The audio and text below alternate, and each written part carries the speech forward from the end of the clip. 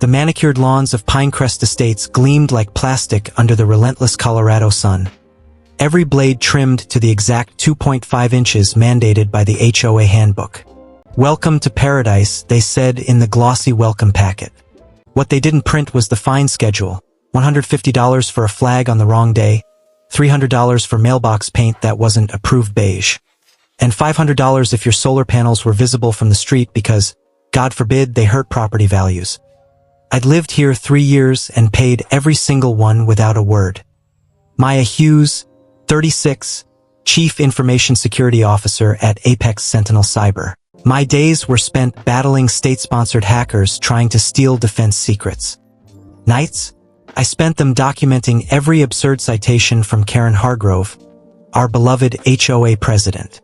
She'd glide through the neighborhood in her white SUV like a queen on parade, clipboard in hand, smile painted on thicker than her foundation. "It's for the community, dear," she'd coo when she slapped a notice on my door for excessive curb appeal. My fault for planting native flowers that weren't on the approved list. I'd smile back, transfer the money, and add the screenshot to my encrypted folder labeled evidence. My neighbors whispered I was that quiet one who never complains. They didn't know I was building a fortress. Tonight was the Pinecrest Estates' 10th anniversary gala, held at the clubhouse that looked more like a 5-star resort than a community center. Karen had called it cozy in the group email. The invoice I'd seen leaked in the resident portal was anything but $120,000 for orchids flown in from who knows where, 3 crystal chandeliers the size of compact cars, a live jazz quartet, and enough champagne to float a yacht. The special assessment notice had hit every mailbox 2 months ago. Emergency Community Enhancement Fund. Your share is covered. Mine wasn't. Out anyway because saying no in Pinecrest was social suicide. The grand hall sparkled under those ridiculous chandeliers, the cloying sweetness of flowers mixing with expensive perfume and the faint metallic tang of old money pretending to be neighborly. 200 residents milled about in cocktail attire, laughing a little too loud, clutching flutes like lifelines. I stood near the terrace doors in my simple black gown, one dry martini in hand, counting the minutes until I could escape. My plan was simple: smile, nod, survive the cake cutting, then vanish behind my firewalls. Karen spotted me instantly, her suit that screamed, "I own this place." Her husband Gerald trailing like a trained poodle and their son Trevor, the board treasurer, already working the VIP tables like a shark. "Maya, darling," she trilled, air-kissing both cheeks. "You look absolutely lovely." "Doesn't she, Gerald? We're so grateful you could join us for this special night. It really is for the community, you know." Her smile never reached her eyes. Gerald clapped me on the shoulder a little too hard. "Our star resident. The one who always steps up when the rest of us need a little help." Trevor glided up, champagne in hand, flashing that practiced entrepreneur grin. "Maya, you're a legend. You covered it without a peep. True neighbor." They laughed like it was the funniest joke. I smiled the polite mask I'd perfected and let them steer me toward the balcony. The air outside was cooler, the city lights glittering below like indifferent stars. Karen's hand landed lightly on my arm. "Sweetheart, we have a tiny issue with the new community center upgrades. The bids came in higher than expected. Just a small bridge to keep things moving. Your expertise in these matters would mean the world." Gerald nodded solemnly. "It's only temporary.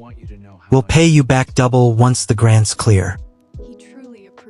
I took a slow sip of martini. "How much?" Karen's laugh tinkled like breaking glass. "Oh, just $2 million to lock in the contract before Monday. A formality, really. The new gates. Think of the property values." My watch buzzed once. Alert from Marcus Hale, my wealth manager. Irregular transfer warning. $2 million US. The exact round number Trevor had been bragging about needing before Monday. The numbers clicked with the sickening finality of a deadbolt. While Karen had me cornered on the balcony spinning her playground fairy tale, someone inside this very clubhouse had already tried to initiate the wire from my accounts using the banking details I'd once provided for HOA autopay. They'd hit the decoy Frontier bank account I kept visible for exactly this reason, my honeypot. The real money sat behind layers they'd never breach. Until 3 weeks ago, when Trevor accidentally texted asking for my updated contact info for the annual directory. I changed every password that night. I looked at the three of them. Karen's polite mask, Gerald's booming charm, Trevor's slick desperation, and felt the cold clarity of a system breach. This wasn't a request. HOA stationery. "Excuse me," I murmured, stepping back inside. "Work emergency." My thumbs flew across the encrypted app to Marcus. "They're here." "Lock Frontier. Call Clubhouse Security now." From Guest Network. The checkmark appeared. I scanned the room, away from the VIP table, and was now half hidden by the coat check, thumbs stabbing at his phone, face slick with sweat. The jazz quartet took their break. Perfect cover for a man frantically refreshing a banking app that would never load. I intercepted the clubhouse manager near the bar, a sharp woman in a black suit. "I'm Maya Hughes, CISO at Apex Sentinel Cyber. There is an active wire fraud attempt originating from your guest Wi-Fi right now. I need all security footage from the last 90 minutes secured immediately. This is evidence in a federal investigation." Her smile vanished. She nodded once and moved. Back on the balcony, Karen was still smiling that saccharine smile. "Maya, you're being so difficult tonight. It's just the community." I met her eyes. "Deal, Karen." Her laugh faltered. Trevor reappeared at the edge of the doors, phone clutched like a lifeline, eyes wide.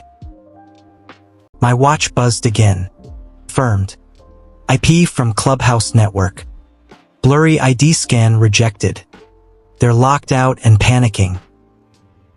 I smiled for the first time all night. Let's go back inside. Out to be served. The three of them followed me like shadows, unaware that the trap had already snapped shut. Inside, the chandeliers no longer looked festive. They looked like interrogation lights. I walked straight to the long white table set for the champagne toast and waited. Karen tried to steer me away, her voice dropping to a hiss. "Maya, not here.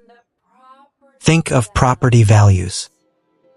I raised my voice just enough for the nearest tables to quiet.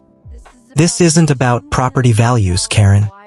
This is about the $2 million wire attempt you and your board just made from my accounts using the guest Wi-Fi." A collective gasp rippled through the room. The jazz quartet faltered mid-note. Gerald blustered, "That's ridiculous. It's a misunderstanding." Trevor lunged toward a side door. Two clubhouse security guards materialized beside him. "Mister, I need you to stay right here, sir." Karen's face flushed an ugly red beneath her perfect makeup. "Maya, darling, you're confused. We would never." I pulled out my phone and tapped the secure link. Marcus's face appeared on speaker. Confirmed. Authentication attempts at 10:07, 10:08, and 10:10 p.m. Destination account: Pinecrest Bridge LLC, incorporated 3 weeks ago. Signatory listed as Trevor Hargrove. The room went dead silent. My civil attorney Patricia Vale strode through the double doors, briefcase clicking like a metronome. She placed a thick binder on the white linen table right beside the untouched cake. "For the record, I represent Maya Hughes. What we have here is not a misunderstanding. It is a decade-long pattern of financial abuse hidden behind HOA fines and assessments." She flipped pages. $4.1 million in documented special assessments and fines paid by MS Hughes over 10 years. Exhibit B, 3 forged loan agreements signed by Trevor Hargrove for personal use. Defaulted.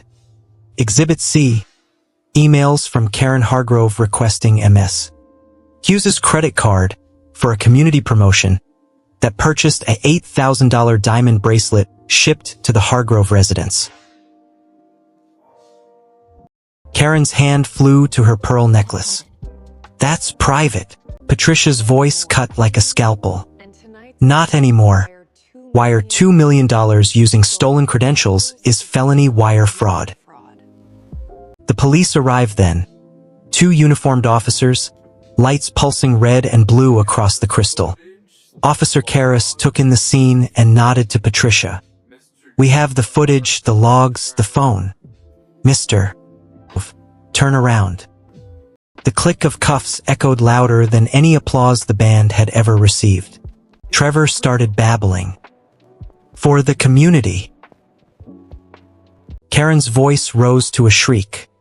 This is harassment. She's destroying property values. I stepped forward, voice steady. In the ones you protected while breaking every rule you enforced on the rest of us? The flagpole you installed without approval? The black SUV parked on the grass every Sunday? The community center upgrades that were actually a new kitchen for your house? Patricia laid out more pages, photocopies of bounced checks, text messages begging for just a little help, screenshots of Karen's private Facebook group where she called me the difficult one who doesn't understand community spirit, the golf buddy neighbors. Men who had nodded along to every fine were now staring at Karen with open disgust. One muttered, I paid my assessment last month. Where did that money go? Officer Karras read Trevor his rights while the second officer escorted Gerald to the podium. Mr. Admitted on the balcony you knew about the transfer. You're coming with us for a statement. Karen collapsed into a chair, silk dress pooling around her like spilled lies. You ungrateful little monster, finished. From the same woman who called me cold for questioning a $500 fine for my American flag on Memorial Day. The room erupted in whispers. Residents who had once avoided eye contact were now pulling out their phones, recording. The sheep had finally noticed the shepherd was fleecing them. Patricia slid the criminal complaint across the table. I signed it on the pristine white linen, the same table where Karen had planned to cut her victory cake. The stroke of the pen sounded like a gavel. The aftermath moved with brutal efficiency. By morning the story was everywhere. HOA president and son arrested for $2 million fraud attempt at own Gala. My phone stayed silent. I'd forwarded everything to Patricia. Marcus and Patricia erected the real fortress. All accounts locked. Every old HOA form data point scrubbed. The civil suit filed at 8:01 a.m. seeking the full $4.1 million plus punitive damages for a decade of coercion. The fractures came fast. With the state HOA oversight board. The clubhouse security footage leaked, showing Trevor printing wire forms in the business center while icing from the cake still smeared his fingers. The shell company Pinecrest Bridge LLC had 2 other partners, one with prior fraud convictions. Karen's for the community empire crumbled in real time. Her husband Gerald tried to throw Trevor under the bus on local news. Trevor, from county jail, sent a single desperate text.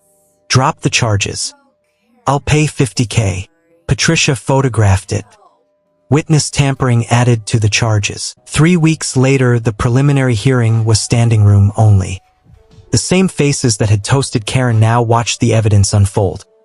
Video of Trevor at the printer, Wi-Fi logs matching his phone, emails proving Karen knew and helped distract me. Even the judge chuckled at the misspelled Colorado on the fake contract. When my mother figure equivalent, Karen, took the stand and admitted she knew about the plan, but thought it was just talk, the prosecutor pounced. You helped distract the victim while the felony was in progress. That's conspiracy. The judge granted a permanent 5-year restraining order. No more Karen SUV cruising past my house. No more clipboard. The final sentencing day, the courtroom was packed. Trevor, in orange jumpsuit, looked small. Gerald aged 10 years overnight. Karen sat alone, makeup cracked, clutching a tissue that fooled no one. The judge didn't waste words. State penitentiary for wire fraud, conspiracy, and identity theft. Gerald Hargrove, 3 years supervised probation and immediate restitution of $750,000. The civil judgment is granted in full, $4.1 million plus interest and legal fees. Liens on every asset. Trevor's legs buckled. Sob.